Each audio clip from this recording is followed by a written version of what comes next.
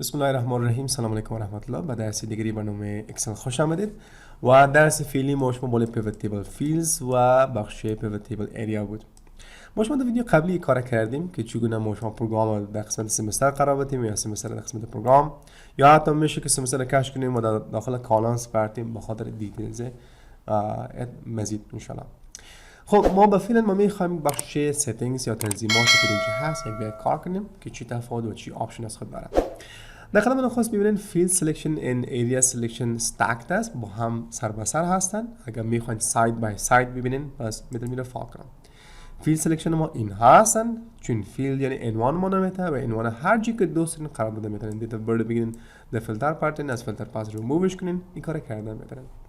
گاهی نیاز میشه که فقط فیلد سلکشن ما فال بسازیم، که فقط فیلتر شما آن آف کنین، یعنی بعض وقت ما آفش هم کردن میتونیم و خود سیستم فیلد تیبل خودش تنظیمش میکنه. مثلا اگر اولی بار کلیک کنم در رو مندازد و اگر مثلا سکور چون نمبر هست در نمبر میره در ولیوز مفته، پس این کار خودش کرده میتونه. و اگر سمستر کلیک ماوس کنم بشه که سمسترم در ولیوز پرته. پس این کار خیلی ساده میشه گاهی، اما بدل خود ما نیست. ما نمیتونیم فرض مثال ایره در کالمز پرتیم، پس نیاز میشه که ما area selection only رو فال بسازیم و اینجاست که شما میتونین راحت سمستر رو ریموو کنین از این قسمت و پروگرامز پارتین در کالمز، یعنی چینجز یا تغییراتی که لازم هست وارد کردن میتونن. اما باز هم پیشنهاد میکنم که سیستم باشه که هم فیلد سلکشن و هم ایریا سلکشن رو ببینین. اما باز هم ایریا سلکشن به شکل عمودی میخوان ببینین یا چارکنج میخوان ببینین، این کار کردن میتونن. آپشن داریم به نام expand all و collapse all. فعلا که نمیشه چون ما فقط فیلد داریم و با تیبل کنورت نکردیم. اما در این قسمت اگر کلیک ماوس کنیم در مور تیبل، آپشن به من میگه که آیا واقعا میخوای یک پیوت تیبل نو جور کنی و متشکل از چندین تیبل از خود باشه و یعنی خلاصه بگیم که دیتا مدل پرتیم نپرتیم. اگر یه صفحه شاد دادین متوجه میشین که اینها به شکل یک تیبل جور میشه و حالا کلیک ماوس کنین فیلدرشان براتون ذکر میشه. به این شکل اگر خواستین بازش کنین میتونین اکسپند استفاده کنین و اگر میخوان بسته کنین کلاپس استفاده کرده میتونین. خلاصه بگیم که اینجا کلیک ماوس اکسپند و کلوز کرده میتونین. همچنین گزینه اینجا داریم سورت A تو Z هست. به اینکه فیلتر اول باز کنم شما ببینید نمبر استودنت پروگرام و سمستر طوری است که در دیتا سورس ما شما داریم نمبر استودنت پروگرامز.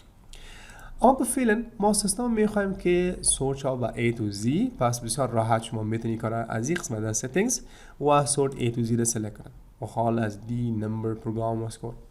اما اگر با اساس تیبل ما جور شود چیزی که دیتا سورس ما داشتم، پس میتونم سورت ان دیتا سورس آردر فال بسازم. آپشن دیگری ما شما گروپ ریلیتد تیبلز هست، انشالله ایره بعدا بحث میکنیم کدام تیبل ما ریلیتد یا ارتباط داره و نداره، سرزی بحث خواهد کنیم. خب میریم سوی آپشنی که در قسمت پایین هست. سر ایریا انشالله بیشتر بحث خواهد کنیم، اما بین سر دفر لیاوت ابدیز.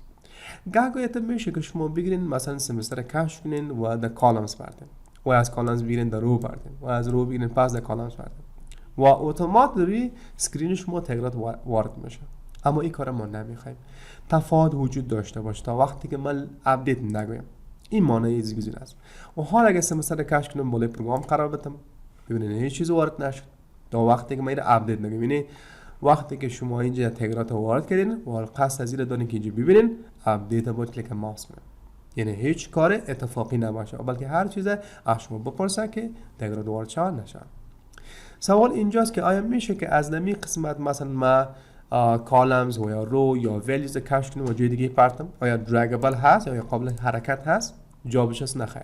این کار ممکن نیست الا اینکه ما شما یک کار دیگه انجام بدیم، یعنی که این آپشن ما غیر فعال کنم و دوباره پروگرامز یا سمستر پرتم در کالمز.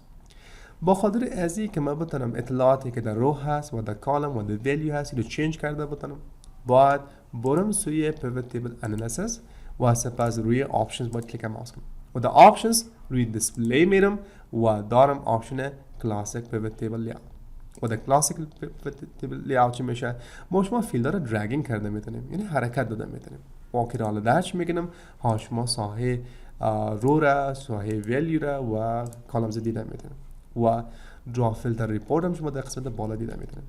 قرار باشه که پروگرام ما در فیلتر پرتم کش میکنم در فیلتر منداز میشه، یا فرض مثلا از اینجا ما کش میکنم و منداز میشه در کالمز یعنی در اینجا دراگابل است، خیلی خیلی ساده میره کش کرده میتونم مثلا بگیرم در ولیوز پرتم ویدیو رو بگیرم جای دیگه پرتم این کارا کرده میتونم. این قبلا ممکن نبود.